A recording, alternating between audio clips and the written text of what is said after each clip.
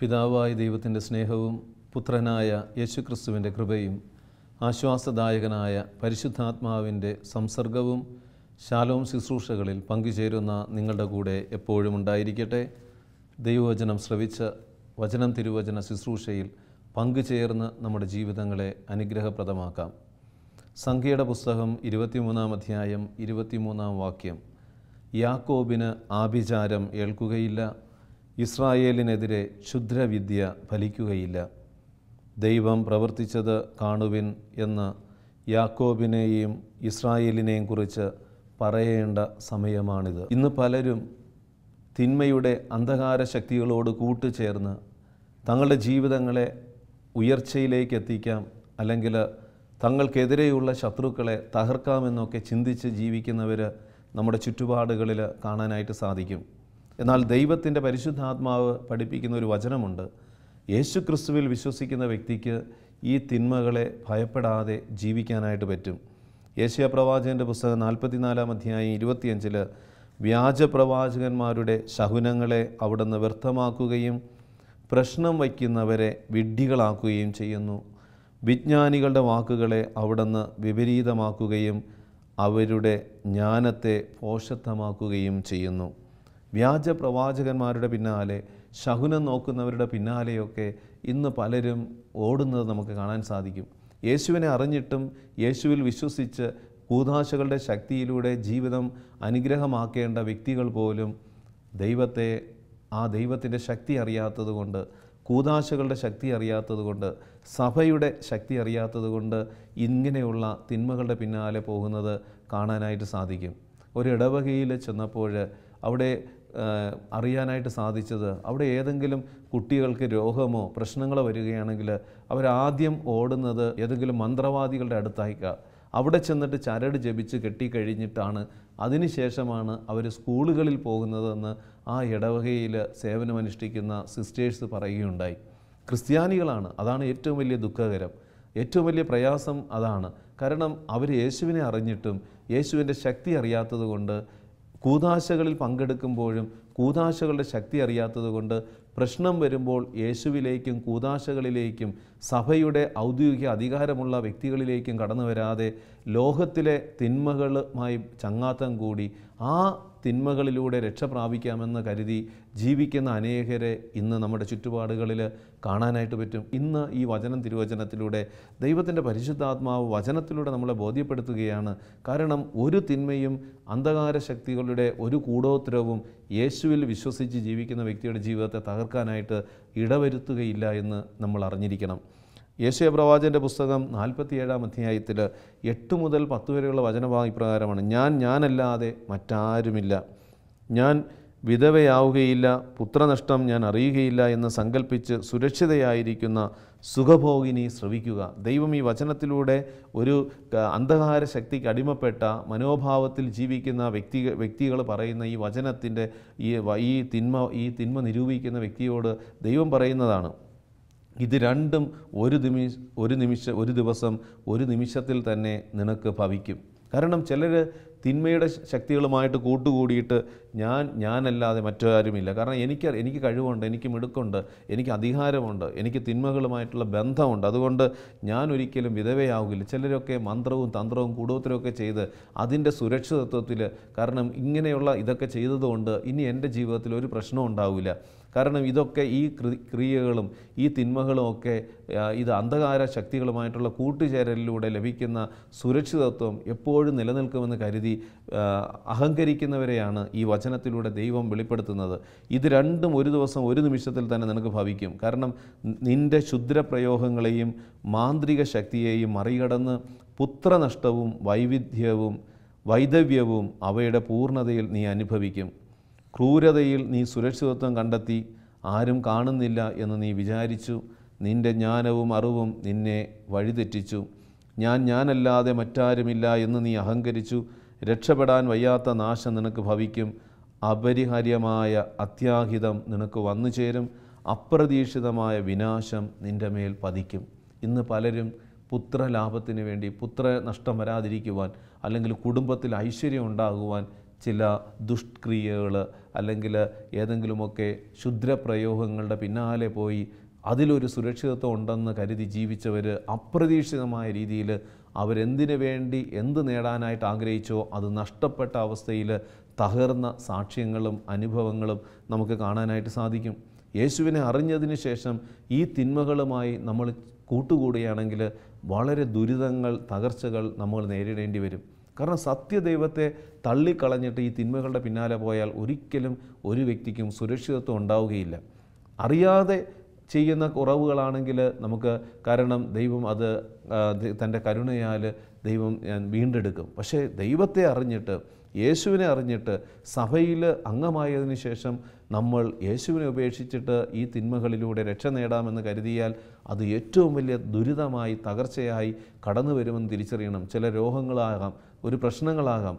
അപ്പോൾ നമ്മൾ ദൈവത്തിലാണ് ആശ്രയിക്കേണ്ടത്, വചനത്തിലാണ് ആശ്രയിക്കേണ്ടത്, കൂദാശകളിലാണ് ആശ്രയിക്കേണ്ടത്. അതല്ലാതെ ആരെങ്കിലും പറയുന്ന വാക്ക് കേട്ട് അത് തിന്മയാണ്, അത് സഭയ്ക്കെതിരാണ്, സഭ വിശ്വാസത്തിനെതിരാണ്, യേശുവിൻ്റെ സ്നേഹത്തിനെതിരാണെന്ന് അറിഞ്ഞിട്ടും നമ്മൾ ഈ തിന്മകളുമായി കൂട്ടുകൂടി രക്ഷ നേടാമെന്ന് കരുതുന്നുണ്ടെങ്കിൽ അത് പിശാചിൻ്റെ തട്ടിപ്പാണെന്ന് തിരിച്ചറിയണം. സങ്കീർത്തനം 34:7 പറയുക, കർത്താവിൻ്റെ ദൂതൻ ദൈവഭക്തരുടെ ചുറ്റും പാളയമടിച്ച് അവരെ രക്ഷിക്കുന്നു. കാരണം യേശുവിൽ വിശ്വസിക്കുന്ന, കർത്താവായ യേശുക്രിസ്തുവിൽ വിശ്വസിക്കുന്ന വ്യക്തിയുടെ ജീവിതം സംരക്ഷിക്കുവാൻ ദൈവം കാവൽ ദൂതന്മാരെയും അവർക്ക് ചുറ്റും പാളയമടിച്ച് അവരെ സംരക്ഷിക്കുമെന്നാണ് പറയുന്നത്. അപ്പോൾ നമുക്കൊരു സംരക്ഷണം ദൈവം തീർത്തിട്ടുണ്ട്. നമ്മൾ ആ സംരക്ഷണത്തിൽ നിലനിന്ന് ജീവിക്കാനാണ് ശ്രമിക്കേണ്ടത്. അതല്ലാതെ നമ്മൾ തന്നെ ഒരു സംരക്ഷണത്തിന് വേണ്ടി മാനുഷികമായ മാർഗങ്ങൾ തേടുകയാണെങ്കിൽ അത് ദൈവീക സംവിധാനത്തിന് എതിരായിട്ട് എടുക്കുന്ന പ്രവൃത്തിയായിട്ട് മാറും. സങ്കീർത്തനം 93: അവിടുന്ന് നിന്നെ വേടൻ്റെ കണിയിൽ നിന്നും മാരകമായ മഹാമാരിയിൽ നിന്ന് രക്ഷിക്കും. വചനം പഠിപ്പിക്കുക. യേശുവിൽ വിശ്വസിക്കുന്ന ഒരു വ്യക്തിയെ ദൈവം സംരക്ഷിക്കുമെന്ന് അറിഞ്ഞിട്ടും നമ്മൾ ദൈവത്തെ ഉപേക്ഷിച്ച് ദൈവത്തിൻ്റെ ശക്തി അറിയാതെ ഈ മന്ത്രവാദത്തിനും ഏലസിനും അന്ധവിശ്വാസങ്ങളുടെ പിന്നാലെ നമ്മൾ പോകുവാനായിട്ട് പാടില്ല. കാരണം 121 സങ്കീർത്തനം 7-ാം വാക്യത്തിൽ പറയുന്ന, സകല തിന്മകളിൽ നിന്നും കർത്താവ് നിന്നെ കാത്തുകൊള്ളും, അവിടുന്ന് നിൻ്റെ ജീവൻ സംരക്ഷിക്കും.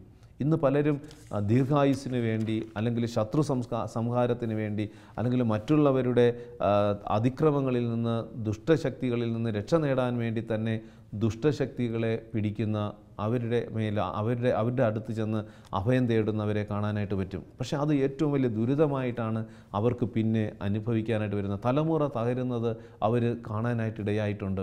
ചെറിയൊരു നേട്ടത്തിന് വേണ്ടി, ചെറിയൊരു ലാഭത്തിന് വേണ്ടി ആരെങ്കിലും പറയുന്ന കേട്ട് ദൈവത്തെ ഉപേക്ഷിച്ച് തിന്മ ചെയ്തപ്പോൾ അത് തലമുറകളോളം നീണ്ടു നിൽക്കുന്ന ദുരിതമായി മാറിയ അനുഭവങ്ങൾ നമ്മുടെ ചുറ്റുപാടുകളിൽ കാണാനായിട്ട് സാധിക്കും. സങ്കീർത്തനം 139:3 നമ്മുടെ ദൈവം എന്ന് പറയുന്നത് സർവ്വശക്തനാണ്. അവനെല്ലാം കാണുന്ന ദൈവമാണ്. നമുക്കെതിരെ വരുന്ന ശത്രുക്കളെ പോലും അവന് തകർക്കാനായിട്ട് പറ്റും. നമ്മൾ ഭയപ്പെടേണ്ട ആവശ്യമില്ല. 139 സങ്കീർത്തനത്തിൽ വളരെ വ്യക്തമായിട്ട് പറയുന്നില്ലേ, 3-ാം വാക്യത്തിൽ, എൻ്റെ നടപ്പും കിടപ്പും അങ്ങ് പരിശോധിച്ചറിയുന്നു, എൻ്റെ മാർഗങ്ങൾ അങ്ങേക്ക് നന്നായി അറിയാം. പ്രിയമുള്ളവരെ, എസെക്കിയേൽ പ്രവാചകന്റെ പുസ്തകം 13-ാം അധ്യായം 20, ദൈവമായ കർത്താവ് അരുൾ ചെയ്യുന്നു, പക്ഷികളെ എന്ന പോലെ മനുഷ്യരെ കുരുക്കിലാക്കുന്ന നിങ്ങളുടെ മന്ത്രച്ചരടുകൾക്ക് ഞാൻ എതിരാണ്. അവ നിങ്ങളുടെ കരങ്ങളിൽ നിന്ന് ഞാൻ പൊട്ടിച്ചു കളയും. നിങ്ങൾ വേട്ടയാടുന്ന മനുഷ്യരെ പക്ഷികളെപ്പോലെ ഞാൻ സ്വതന്ത്രനാക്കും. നിങ്ങൾ വേട്ടയാടുന്ന മനുഷ്യരെ പക്ഷികളെപ്പോലെ ഞാൻ സ്വതന്ത്രനാക്കും. കാരണം ദൈവം നമുക്കൊരു സംരക്ഷണവും സ്വാതന്ത്ര്യവും നൽകുന്നവനാണ്. ദൈവം ഒരിക്കലും നമ്മളെ അസ്വാതന്ത്ര്യത്തിൽ പിടിച്ച് ഇടുന്നവനല്ല.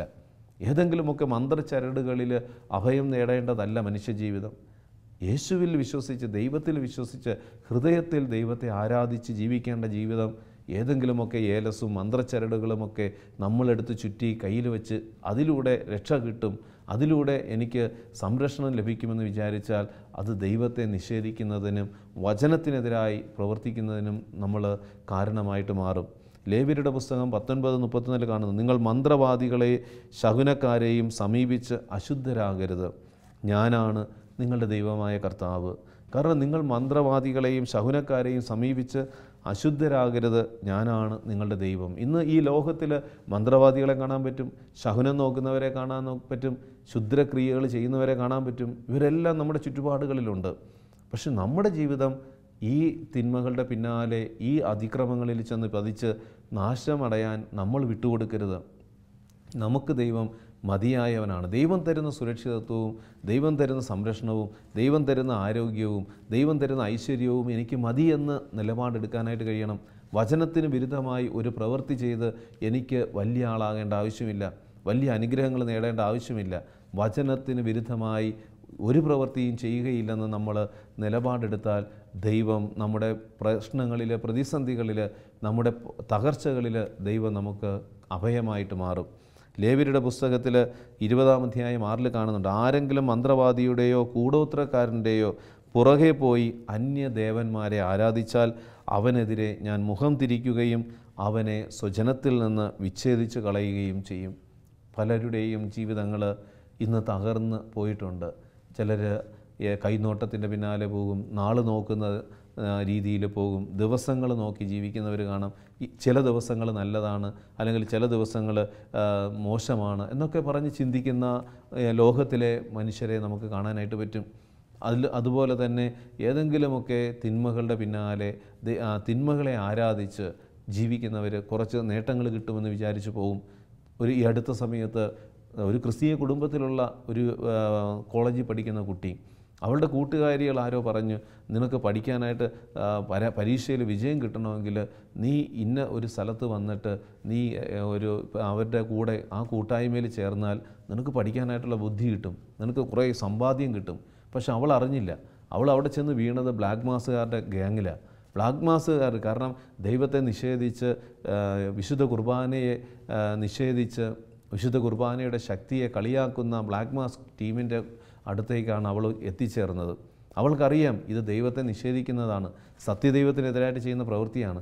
എന്നിട്ടും അവൾ താൽക്കാലികമായ നേട്ടം കിട്ടുമെന്ന് കരുതി കുറച്ച് പരീക്ഷാ വിജയവും കുറച്ച് സമ്പാദ്യവും മനസമാധാനമൊക്കെ അവർ കിട്ടുമെന്ന് പറഞ്ഞപ്പോൾ അവൾ അറിയാതെ ആ ഗ്യാങ്ങിൽ വീണു. അവരുടെ കൂടെ ആ തിന്മകളുടെ പിന്നാലെ പോയി. എന്നാൽ ദിവസങ്ങൾ, മാസങ്ങൾ കഴിയുന്നതിന് മുമ്പ് തന്നെ അവളുടെ ഉള്ളിൽ വല്ലാത്ത ഭയം, ആകുലത, മരിക്കണമെന്നുള്ള ചിന്ത, കാതുകളിൽ എന്തൊക്കെയോ ശബ്ദങ്ങൾ. ആ പെൺകുട്ടി അസ്വസ്ഥതപ്പെട്ടുകൊണ്ട് കൗൺസിലിങ്ങിന് അവിടെ എത്തി. അവളുടെ കാതുകളിൽ എന്തോ ആരൊക്കെയോ ഇരുന്ന് പിശാചിൻ്റെ പെരുമാറ്റം, മരിക്കണം, നിന്നെ കൊല്ലും, അല്ലെങ്കിൽ നിന്നെ കൊണ്ടുപോകും എന്നൊക്കെ പറയുന്ന ആരൊക്കെയോ കാതുകളിൽ ഇങ്ങനെ പറയുന്ന സ്വരമാണ് അവൾക്ക് 24 മണിക്കൂറും. അവൾക്ക് അസ്വസ്ഥയായി. എന്നാൽ പ്രിയമുള്ളവരെ, ദൈവത്തിൻ്റെ ശക്തമായ നാമത്തെ ഉപയോഗിച്ച്, വിശുദ്ധ കുർബാനയുടെയും സഭയുടെയും അധികാരം ഉപയോഗിച്ച് ശക്തമായി പ്രാർത്ഥിച്ച് വിടുതൽ നൽകുവാനായിട്ട് കർത്താവ് ഇടപെട്ടു. ആ പെൺകുട്ടിയുടെ ഉള്ളിലുണ്ടായിരുന്ന പൈശാചിക തിന്മകൾ, അന്ധകാര ശക്തികളെയൊക്കെ ദൈവത്തിൻ്റെ ശക്തമായ ഇടപെടലിലൂടെ, യേശുവിൻ്റെ രക്തത്തിൻ്റെ ശക്തിയാൽ ആ തിന്മകളെല്ലാം അവളെ വിട്ടുപോയി. അവൾ സ്വതന്ത്രയായി.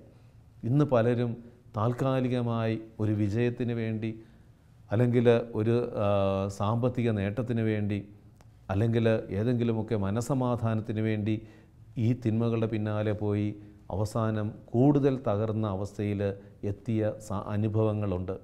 ഈ ദിനത്തിൽ ഏതെങ്കിലും തിന്മകൾ, ദൈവവചനത്തിന് വിരുദ്ധമായി തിന്മകൾ നമ്മുടെ ഉള്ളിൽ കൊണ്ടു നടക്കുന്നുണ്ടോ, തെറ്റായ ബോധ്യങ്ങൾ നമ്മുടെ ഉള്ളിൽ വച്ചു പുലർത്തുന്നുണ്ടോ എങ്കിൽ അതെടുത്തു മാറ്റാനായിട്ട് പറയുക. ലേവ്യരുടെ പുസ്തകം 20-ാം അധ്യായം 27 പറയുക, മന്ത്രവാദികളോ കൂടോത്രക്കാരായ സ്ത്രീ പുരുഷന്മാർ മരണശിക്ഷ അനുഭവിക്കണം. കാരണം മന്ത്രവാദികളും അതുപോലെ കൂടോത്രക്കാരുടെയൊക്കെ ദുരിതമെന്ന് പറയുന്നത് നിത്യമായ നരകാഗ്നിയാണ്. ഒരുവൻ ഈ ഭൂമിയിൽ അവൻ ദൈവത്തെ നിഷേധിച്ച് ദൈവിക ശക്തിയെ വെല്ലുവിളിച്ച് അന്ധകാര ശക്തികളുമായി കൂട്ടുചേർന്ന് ദൈവത്തിനെതിരായി, ദൈവമക്കൾക്കെതിരായി പ്രവർത്തിച്ചാൽ അവൻ്റെ ഭാഗധേയമെന്ന് പറയുന്നത് നിത്യമായ നരകാഗ്നിയാണ്. പിന്നെ അവൻ ഒരിക്കലും ആ നരകത്തിൽ നിന്ന് രക്ഷ നേടാൻ പറ്റുകയില്ല. ഏറ്റവും വലിയ പാപമെന്ന് പറയുന്നത് സത്യദൈവത്തെ, ജീവിക്കുന്ന ദൈവത്തെ, സ്നേഹം തന്നെയായ ദൈവത്തെ, കരുണ കാണിക്കുന്ന ദൈവത്തെ, ആ ദൈവത്തെ ധിക്കരിച്ച് മറ്റുള്ളവർക്ക് ദ്രോഹം വരുത്തുവാൻ, മറ്റുള്ളവരെ തകർത്ത് സ്വയം വലുതാകാൻ നമ്മൾ തിന്മകളുമായിട്ട് പോയാൽ അത് നമ്മെ നരകത്തിലേക്ക് കൊണ്ടെത്തിക്കുമെന്ന് തിരിച്ചറിയണം. പുറപ്പാട് പുസ്തകം 7-ാം അധ്യായത്തിൽ 10 മുതൽ 12 വരെ നമുക്ക് കാണാനായിട്ട് പറ്റും. ഈജിപ്തിലെ ഫറവോ മന്ത്രവാദികളുടെ കൂടെയുള്ള ഒരു ചങ്ങാത്തമായിരുന്നു. കാരണം ഫറവോയുടെ മുമ്പിൽ അഹറോനും മോശയും എത്തി. ദൈവം പറഞ്ഞു, നിൻ്റെ വടി ഫറവോയുടെ മുമ്പിലിടുമ്പോൾ ആ വടി സർപ്പമായിട്ട് മാറും. ഫറവോയ്ക്ക് ഒരു അടയാളം കൊടുക്കാനാണ് ദൈവം പറഞ്ഞത്. അതുപോലെ മോശയും അഹറോനും അവിടെ ചെന്നു. അഹറോൻ തൻ്റെ വടിയെടുത്ത് ഫറവോയുടെ മുൻപിലിട്ടു. പെട്ടെന്ന് ആ വടി സർപ്പമായിട്ട് മാറി. അപ്പോൾ ഫറവോ എന്ത് ചെയ്തു? അവിടെയുള്ള മന്ത്രവാദികളെ എല്ലാവരെയും വിളിച്ചു വരുത്തി. എന്നാൽ ഫറവോ അവരുടെ മന്ത്രവാദികളെ എല്ലാം വിളിച്ചു വരുത്തിയിട്ട് അവരെന്ത് ചെയ്തു? മന്ത്രവാദികളും ഇതുപോലെ വടിയെടുത്തിട്ടപ്പോൾ സർപ്പങ്ങളായിട്ട് മാറി. എന്നാൽ ആത്യന്തികമായ വിജയം ദൈവത്തിൻ്റേതാണെന്ന് വെളിപ്പെടുത്തുന്നതായിരുന്നു അവിടെ പിന്നെ സംഭവിച്ചെന്താണ്? അഹറോൻ്റെ വടി മറ്റുള്ള എല്ലാ വടികളെയും വിഴുങ്ങിക്കളഞ്ഞു. ഫറവോയുടെ മന്ത്രവാദികളുടെ എല്ലാ വടിയും അവിടെ വിട്ടുപോയി. കാരണം അത് എല്ലാം ഈ അഹറോൻ്റെ വടി അതിനെ തകർത്ത് കളഞ്ഞു. ഇതാണ് ദൈവിക ശക്തിയുടെ അടയാളം. മറ്റുള്ള തിന്മകളുടെ ശക്തിക്കൊക്കെ ഒരു പരിധി വരെ അല്പം എന്തെങ്കിലുമൊക്കെ കാട്ടിക്കൂട്ടാൻ പറ്റും. അഹറോൻ്റെ വടി പാമ്പായിട്ട് മാറിയപ്പോൾ ഈ മന്ത്രവാദികളും അവരുടെ വടിയെടുത്തിട്ട് അവരും സർപ്പങ്ങളെ വരുത്തി വെച്ചു. പക്ഷേ ആ സർപ്പങ്ങൾക്ക് അധിക നേരം അവിടെ നിൽക്കാൻ പറ്റിയിട്ടില്ല. ഇതുപോലെയാണ് തിന്മയുടെ പിന്നാലെ പോകുമ്പോൾ കുറച്ച് ഇടപെടലുകൾ, ഏതെങ്കിലും രീതിയിലുള്ള താൽക്കാലികമായ നേട്ടങ്ങൾ നമുക്ക് കിട്ടുമായിരിക്കും. പക്ഷേ അത് അവസാനം നമ്മളെ തന്നെ തകർക്കുന്ന അവസ്ഥയിൽ എത്തിച്ചേരുമെന്ന് തിരിച്ചറിയണം. പുറപ്പാട് പുസ്തകത്തിലെ 9-ാം അധ്യായം 8 നമ്മൾ വീണ്ടും കാണുന്നുണ്ട്. ഈ മന്ത്രവാദികളെല്ലാം തകർന്ന അവസ്ഥയിൽ എത്തിച്ചേരുകയാണ്. ഫറവോയുടെ ഫറവോയെ സഹായിക്കാൻ നിന്ന മന്ത്രവാദികളെല്ലാം അവർക്ക് അവസാനം ഈ വ്രണങ്ങൾ വാദിക്കുന്നതായിട്ട് കാണാൻ പറ്റും. 9-ാം അധ്യായത്തിൽ 11-ാം വാക്യത്തിൽ എല്ലാ ഈജിപ്തുകാരോടൊപ്പം മന്ത്രവാദികളെയും വ്രണങ്ങൾ ബാധിച്ചതിനാൽ മന്ത്രവാദികൾക്ക് മോശയുടെ മുമ്പിൽ നിൽക്കുവാൻ കഴിഞ്ഞില്ല. പ്രിയമുള്ളവരെ, മോശ ദൈവത്തിൻ്റെ ശക്തിയിലാണ് നിറഞ്ഞു നിന്നത്. ദൈവിക ശക്തിയിൽ നിറഞ്ഞു നിൽക്കുന്ന ഒരു വ്യക്തി, ആ വ്യക്തിയെ തകർക്കാൻ ഏതൊക്കെ മന്ത്രവും കൂടോത്രവും ശ്രമിച്ചാലും അവരെല്ലാം തകർക്കപ്പെടും, അവരെല്ലാം നശിച്ചു പോകും, അവരെല്ലാം വ്രണങ്ങളായി തകർന്ന് പുഴുവ് അരിക്കുന്ന അവസ്ഥയിൽ എത്തിച്ചേരുമെന്ന് ദൈവവചനം നമ്മെ പഠിപ്പിക്കുകയാണ്. അതുകൊണ്ട് നമ്മൾ ആശ്രയിക്കേണ്ടത് മനുഷ്യരിലല്ല, മാനുഷിക സംവിധാനങ്ങളിലല്ല, ദൈവിക സംവിധാനങ്ങളിലാണ് നമ്മൾ ആശ്രയിക്കേണ്ടത്. ലൂക്കയുടെ സുവിശേഷത്തിൽ 10-ാം അധ്യായം 19 ദൈവം കർത്താവായ യേശു ശിഷ്യന്മാരെ ധൈര്യം കൊടുക്കുക, ശിഷ്യന്മാർക്ക് അധികാരം കൊടുക്കുക. ഇതാ പാമ്പുകളുടെയും തേളുകളുടെയും ശത്രുവിൻ്റെ സകല ശക്തികളുടെ മേൽ ചവിട്ടി നടക്കുവാൻ നിങ്ങൾക്ക് ഞാൻ അധികാരം തന്നിരിക്കുന്നു, ഒന്നും നിങ്ങളെ ഉപദ്രവിക്കുകയില്ല. കാരണം ദൈവത്തിൽ വിശ്വസിക്കുന്ന വ്യക്തിക്ക് ഈ ലോകത്തിലെ തിന്മകൾ ഒരിക്കലും ഒരു ഉപദ്രവമായിട്ട് മാറുകയില്ല. പക്ഷെ ദൈവവുമായിട്ട് രമ്യതയിലായിരിക്കണം, ദൈവവുമായിട്ടൊരു ഐക്യമുണ്ടായിരിക്കണം, കൂദാശകളുമായൊരു വ്യക്തിബന്ധം ഉണ്ടായിരിക്കണം, ദൈവവചനത്തിൽ ആഴപ്പെട്ട ഒരു ജീവിതം നയിക്കാനായിട്ട് കഴിയണം. എങ്കിൽ ഒരു മന്ത്രവും ഒരു തന്ത്രവും ഒരു കൂടോത്രവും വിശ്വാസിയെ തകർക്കാനായിട്ട് കഴിയുകയില്ല. പലപ്പോഴും ഇന്ന് മന്ത്രവാദവും കൂടോത്രവും ഒക്കെ മറ്റുള്ളവരുടെ ജീവിതത്തിൽ ഒരു അസ്വസ്ഥതയ്ക്ക് കാരണമാകുന്നുണ്ടെങ്കിൽ പ്രാർത്ഥനയില്ലായ്മയാണെന്ന് കാണാൻ സാധിക്കും. ദൈവത്തിലൂടെ അടിയുറച്ചൊരു വിശ്വാസമില്ലായ്മയാണെന്ന് കാണാനായിട്ട് സാധിക്കും. മത്തായിയുടെ സുവിശേഷം 10-ാം അധ്യായം 28 ഈശോ തന്നെ പഠിപ്പിക്കുന്നുണ്ട്, ശരീരത്തെ കൊല്ലുകയും ആത്മാവിനെ കൊല്ലാൻ കഴിവില്ലാതിരിക്കുകയും ചെയ്യുന്നവരെ നിങ്ങൾ ഭയപ്പെടേണ്ട, മറിച്ച് ആത്മാവിനെയും ശരീരത്തെയും നരകത്തിലെറിയുവാൻ കഴിയുന്നവനെ ഭയപ്പെടുവിൻ. നമ്മൾ ദൈവത്തെ ഭയപ്പെട്ടാൽ മറ്റുള്ളതൊന്നും നമ്മളെ ഭയപ്പെടുത്തുകയില്ല. ഇന്ന് പലർക്കും ദൈവത്തെക്കാൾ ഭയം ഈ പിശാചിനെയാണ്, മന്ത്രവാദത്തിനെയും മന്ത്രവും തന്ത്രവും കൂടോത്രവും അതിനെയൊക്കെയാണ് ഭയം. അത് ചെയ്തു കഴിഞ്ഞാൽ പെട്ടെന്ന് ഇങ്ങനെ സംഭവിക്കും, അതുകൊണ്ട് അത് ഭയം. അല്ലെങ്കിൽ ചിലരൊക്കെ വന്ന് പറയാറുണ്ട്, അച്ഛാ അടുത്തുള്ള വ്യക്തി എന്തോ ഞങ്ങൾക്ക് എതിരായി ചെയ്തിരിക്കുക, അതുകൊണ്ടാണ് ഞങ്ങളുടെ കുടുംബത്തിൽ ദുരിതങ്ങൾ, അപകടങ്ങൾ, രോഗങ്ങൾ വിട്ടുമാറുന്നില്ല. അത് ആരോ ഞങ്ങളുടെ ശത്രുക്കൾ മന്ത്രം ചെയ്തതിൻ്റെ അടിസ്ഥാനത്തിലാണ്. പക്ഷേ അവരറിയുന്നില്ല, അവർ യഥാർത്ഥത്തിൽ ദൈവത്തെ ഭയപ്പെടാതെ ജീവിക്കുന്നത് കൊണ്ടാണ് അവർക്ക് ഈ തിരിച്ചടികൾ വരുന്നത്. വചനത്തിൽ അടിയുറച്ച് വിശ്വസിക്കാത്തത് കൊണ്ടാണ്, കൂദാശകളോട് ചേർന്ന് നിന്ന് വിശുദ്ധ കൊമ്പസാരത്തോടും വിശുദ്ധ കുർബാനയോടും ഐക്യപ്പെട്ട് ജീവിക്കാത്തത് കൊണ്ടാണ് ഈ തിന്മകൾ, ഈ അന്ധകാര ശക്തികൾ അവരുടെ ഭവനങ്ങളിൽ ആഞ്ഞടിക്കുന്നതെന്ന് അവർ തിരിച്ചറിയുന്നില്ല. അവർക്കെന്താണ്? ദൈവിക ശക്തിയിലുള്ള ആ ഉറപ്പിനേക്കാൾ, ദൈവിക ശക്തിയാണ് ഏറ്റവും വലിയ ശക്തിയെന്ന് ചിന്തിക്കുന്നതിനേക്കാൾ തിന്മയുടെ ശക്തിയാണ് വലുതെന്ന് മനസ്സിലിങ്ങനെ അബോധ മനസ്സിൽ അവരിട്ടിരിക്കുക. അതുകൊണ്ടെന്താണ്, എന്തെങ്കിലും ഒരു കാര്യം വരുമ്പോൾ പെട്ടെന്ന് അവർ അതുമായി കണക്ട് ചെയ്യും. അയ്യോ ആരോ എന്തൊക്കെയോ ചെയ്തു, അല്ലെങ്കിൽ ശത്രു എന്തോ ഞങ്ങളുടെ ജീവിതത്തിൽ എന്തോ കുടില തന്ത്രങ്ങൾ ചെയ്തിരിക്കുക, അതുകൊണ്ടാണ് ഞങ്ങൾക്ക് ഈ തകർച്ച. എന്നാൽ നമ്മൾ അറിയണം, ഈ തകർച്ചകളെയൊക്കെ തൂത്തെറിയുവാൻ, ഈ തകർച്ചകളെയൊക്കെ നമ്മുടെ കുടുംബത്തിൽ നിന്ന്, നമ്മളായിരിക്കുന്ന ഇടങ്ങളിൽ നിന്ന് ആട്ടിപ്പുറത്താക്കുവാൻ ശക്തനായ ഒരു ദൈവം നമുക്കുണ്ട്. വിശുദ്ധ അമ്മ ത്രേസ്യയുടെ ജീവിതത്തിൽ അമ്മ ത്രേസ്യ ഇങ്ങനെ പറയുന്നുണ്ട്, യേശു യേശു യേശു എന്ന് പറഞ്ഞുകൊണ്ട് പിശാചിനെ ഭയപ്പെടുത്തുവാൻ നമുക്ക് കഴിയും. പ്രിയമുള്ളവരെ, യേശുവിൻ്റെ നാമത്തിന് ശക്തിയുണ്ട്. അന്ധവിശ്വാസങ്ങൾ, മന്ത്രച്ചരടുകൾ, അന്ധകാരത്തിൻ്റെ ദുഷ്പ്രവൃത്തികൾ, ദുഷ്ക്രിയകളെയൊക്കെ യേശു നാമത്തിൻ്റെ ശക്തി ആവർത്തിച്ചുരുവിട്ടുകൊണ്ട് തകർക്കാനായിട്ട് പറ്റും. ഏത് മന്ത്രവാദവും യേശു നാമത്തിൻ്റെ മുമ്പിൽ നിർവീര്യമായിട്ട് പോയ സാക്ഷ്യങ്ങളുണ്ട്. പക്ഷെ നമ്മളെന്താണ്, യേശുനാമത്തിൽ അത് ഉറച്ച് വിശ്വസിച്ച് അത് പ്രാർത്ഥിക്കേണ്ടതിന് പകരം നമ്മളുടനെ അമ്മ ത്രേസ്യ തുടർന്ന് പറയുകയാണ്, പിശാജ് പിശാജ് എന്ന് പറഞ്ഞ് പിശാജിനെ പേടിക്കുന്നവരെ എനിക്ക് മനസ്സിലാകുന്നില്ല. അമ്മ ത്രേസ്യ പറയുകയാണ്, വിശുദ്ധയായ അമ്മ ത്രേസ്യ പല പ്രാവശ്യം പിശാചിൻ്റെ ക്രൂരമായ പ്രലോഭനങ്ങളും ആക്രമണങ്ങളും ഒക്കെ നേരിട്ട വിശുദ്ധയാണ്. ആ ആക്രമണങ്ങളെയും ക്രൂരതകളെയും ഒക്കെ അമ്മ ത്രേസ്യ നേരിട്ടത് യേശുനാമത്തിൻ്റെ ശക്തിയാലാണ്.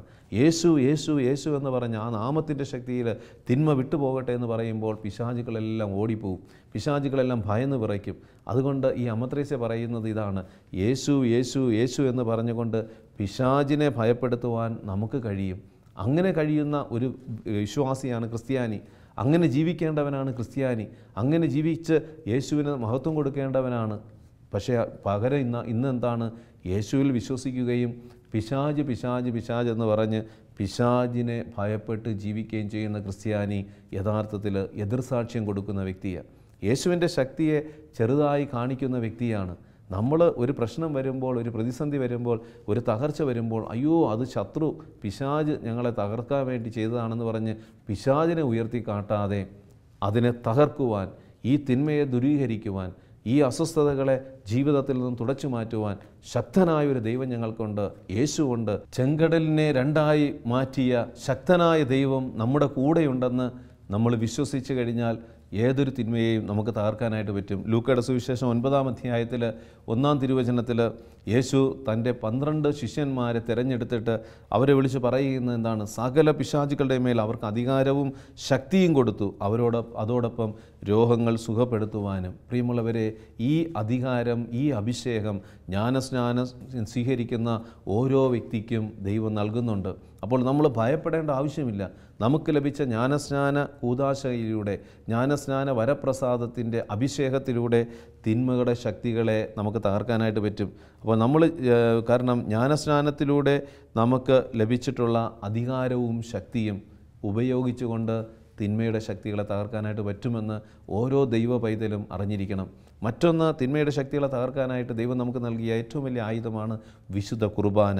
അപ്പോൾ വിശുദ്ധ കുർബാനയിൽ പങ്കെടുത്തുകൊണ്ട്, വിശുദ്ധ കുർബാന സ്വീകരിച്ച് ആ കുർബാനയുടെ ശക്തിയിലും അധികാരത്തിലും നിന്നുകൊണ്ട് നമ്മൾ തിന്മകളുടെ നേരെ ആജ്ഞാപിച്ചു കഴിഞ്ഞാൽ ആ തിന്മകൾ നമ്മളിൽ നിന്ന് വിട്ടുപോകും. അപ്പോൾ നമ്മുടെ ജീവിതത്തിൽ ഈ ഒരു അവബോധം ഉണ്ടായിരിക്കണം. അതോടൊപ്പം തന്നെ ദൈവം നമുക്ക് നൽകിയ ഏറ്റവും വലിയ ഒരു ശക്തിയാണ് ദൈവവചനം. വചനത്തിന് ശക്തിയുണ്ട്. ആ വചനത്തിൻ്റെ ശക്തിയിൽ നിന്നുകൊണ്ട്, വചനം വെച്ചുകൊണ്ട് തിന്മകളുടെ നേരെ നമ്മൾ പ്രാർത്ഥിച്ചു കഴിഞ്ഞാൽ ഈ തിന്മയുടെ അന്ധകാര ശക്തികൾ നമ്മളെ വിട്ടുപോകും. കാരണം വചനത്തിൻ്റെ അധികാരവും ശക്തിയും ഓരോ ക്രിസ്തുവിൽ വിശ്വസിക്കുന്ന ഒരു വിശ്വാസിക്ക് ദൈവം നൽകിയിട്ടുണ്ട്. കാരണം വചനത്താലാണ് ദൈവം സകലവും സൃഷ്ടിച്ചത്. വചനത്തിൻ്റെ മുമ്പിൽ പിശാചുകൾ മുട്ടുമടക്കും. യേശു വചനത്തിൻ്റെ ശക്തിയാലാണ് പിശാചിൻ്റെ എല്ലാ തന്ത്രങ്ങളെയും തോൽപ്പിച്ചതും പിശാചിനെ ആട്ടി പുറത്താക്കിയതും. ഇതേ വചനം നമുക്ക് സമീപസ്ഥമാണ്. നമ്മളും അതുപോലെ യേശു പ്രവർത്തിച്ചതുപോലെ ആ വചനം ഉപയോഗിച്ച് മാംസമായി മാറിയ യേശുവിൻ്റെ വചനം ഇന്ന് നമുക്ക് വിശുദ്ധ കുർബാനയിലൂടെയും ദൈവവചനത്തിലൂടെയും ആ വചനത്തിൻ്റെ ശക്തി നമുക്ക് അനുഭവിക്കാനായിട്ട് പറ്റും. അപ്പോൾ നമ്മൾ വചനം സ്വീകരിച്ച്, വചനം വായിച്ച്, ആ വചനത്തിൻ്റെ ശക്തിയിൽ നിന്നുകൊണ്ട് വചനം ഉപയോഗിച്ച് തിന്മകളുടെ നേരെ പ്രാർത്ഥിച്ചാൽ ആ തിന്മകൾ നമ്മളെ വിട്ടുപോകും. മറ്റൊന്ന്, വെഞ്ചരിച്ച വിശുദ്ധ ജലവും അതുപോലെ തന്നെ ഭക്തവസ്തുക്കളും അതിന് വലിയ ശക്തിയുണ്ട്. യേശുനാമത്തിൽ സഭയുടെ അധികാരം ഉപയോഗിച്ച്, സഭയുടെ ഔദ്യോഗിക പ്രാർത്ഥനകൾ ഉപയോഗിച്ച് വെഞ്ചരിച്ച ഭക്തവസ്തുക്കൾ നമ്മുടെ ജീവിതത്തിൽ ചേർത്ത് വെച്ചുകൊണ്ട് നമ്മൾ തിന്മകളുടെ നേരെ പോരാടിയാൽ തിന്മയുടെ ശക്തികൾ വിട്ടുപോകും. അതാണ് വിശുദ്ധ ജപമാല, വെഞ്ചരിച്ച ജപമാല, വെഞ്ചരിച്ച ജലം, അതുപോലെ തന്നെ വെഞ്ചരിച്ച ഭക്തവസ്തുക്കൾ. ഇതൊക്കെ പിശാചിന് വളരെ ഭയം കൊടുക്കുന്നതാണ്. തിന്മയുടെ അന്ധകാര ശക്തികൾ നമ്മളെ വിട്ടുപോകും. അപ്പോൾ എന്ത് കൂടോത്തരവും മന്ത്രവാദമായാലും നമുക്ക് ദൈവീക സുരക്ഷിതത്വം നൽകുന്ന ഈ വസ്തുക്കൾ നമ്മൾ ഉപയോഗിക്കുകയാണെങ്കിൽ, നമ്മുടെ ജീവിതത്തിൽ അത് ധരിക്കുകയാണെങ്കിൽ ദൈവികമായൊരു സംരക്ഷണം നമുക്ക് ലഭിക്കും. പരിശുദ്ധ ജപമാല, ചൊല്ലുന്ന ജപമാല കഴുത്തിലിടുകയോ അല്ലെങ്കിൽ കയ്യിൽ കൊണ്ടു നടക്കുകയോ ചെയ്യുകയാണെങ്കിൽ നമുക്ക് പലതരത്തിലുള്ള തിന്മയുടെ ശക്തികളിൽ നിന്നുള്ള ഉപദ്രവങ്ങളിൽ നിന്ന് ഈ ജപമാല നമുക്കൊരു സംരക്ഷണമായിട്ട് മാറും. ദൈവം അതിലൂടെ പ്രവർത്തിക്കും. അപ്പോൾ ഇതുപോലുള്ള കാര്യങ്ങളാണ് നമ്മൾ അവലംബമാക്കേണ്ടത്. അതല്ലാതെ ആരെങ്കിലും എന്തെങ്കിലും നമുക്കെതിരെ ചെയ്തു എന്ന് പറഞ്ഞ് പേടിച്ച് ഭയപ്പെട്ട് ദൈവത്തിന് വിരുദ്ധമായി നമ്മൾ നിലപാടെടുക്കാതിരിക്കുക. ഈ ദിനത്തിൽ നമ്മുടെ ദൈവം സർവശക്തനാണ്. ഒരു മന്ത്രത്തിനും ഒരു തന്ത്രത്തിനും ഒരു കൂടോത്രത്തിനും എൻ്റെ വിശ്വാസ ജീവിതത്തെ തകർക്കാൻ പറ്റുകയില്ല. ഞാൻ എൻ്റെ ദൈവത്തോട് ചേർന്ന് നിന്ന് എൻ്റെ ശത്രുക്കളെ അല്ലെങ്കിൽ ഈ തിന്മയുടെ ദുഷ്ടശക്തികളെ ഞാൻ തകർക്കുമെന്ന് നമ്മൾ നിലപാടെടുത്താൽ അവിടെ ദൈവം നമുക്ക് വേണ്ടി അത്ഭുതങ്ങൾ പ്രവർത്തിക്കും. ഒരു നിമിഷം കരങ്ങൾ കൂപ്പിപ്പിടിച്ച് ദൈവസന്നിധിയിൽ നമ്മുടെ നിയോഗങ്ങൾ സമർപ്പിച്ച് പ്രാർത്ഥിക്കാം. കാരുണ്യവാനായ ദൈവമേ, വചനം തിരുവചന ശുശ്രൂഷയിലൂടെ ദൈവീക ശക്തിയെ ഞങ്ങൾ തിരിച്ചറിയുന്നു. ഇന്ന് പലപ്പോഴും ഞങ്ങൾ ഭയപ്പെടുന്നത് ലോകത്തെയും ലോകത്തിലെ തിന്മകളെയുമാണല്ലോ. ദൈവത്തിൻ്റെ ശക്തിയിൽ ആശ്രയിച്ച് ദൈവത്തെ ഭയപ്പെട്ട് ഈ തിന്മകളെ കീഴ്പ്പെടുത്തുവാനായിട്ടുള്ള ആത്മാവിൻ്റെ ബലം ഞങ്ങൾക്ക് നൽകണമേ. വിശുദ്ധ കുർബാനയിലൂടെയും ദൈവവചനത്തിലൂടെയും സഭയുടെ ഔദ്യോഗികമായ പ്രാർത്ഥനകളിലൂടെ വെഞ്ചരിച്ച ഭക്തവസ്തുക്കളിലൂടെയും തിന്മയുടെ അന്ധകാര ശക്തികളെ തോൽപ്പിക്കുവാനും അവയെ ചവിട്ടി നടന്ന് അവയ്ക്ക് മുകളിലൂടെ ഞങ്ങളുടെ വിശ്വാസ ജീവിതം നയിക്കുവാനും ഞങ്ങളെ ശക്തിപ്പെടുത്തണമേ. നിത്യം പിതാവും പുത്രനും പരിശുദ്ധാത്മാവുമായ സർവേശ്വര എന്നേക്കും ആമേൻ.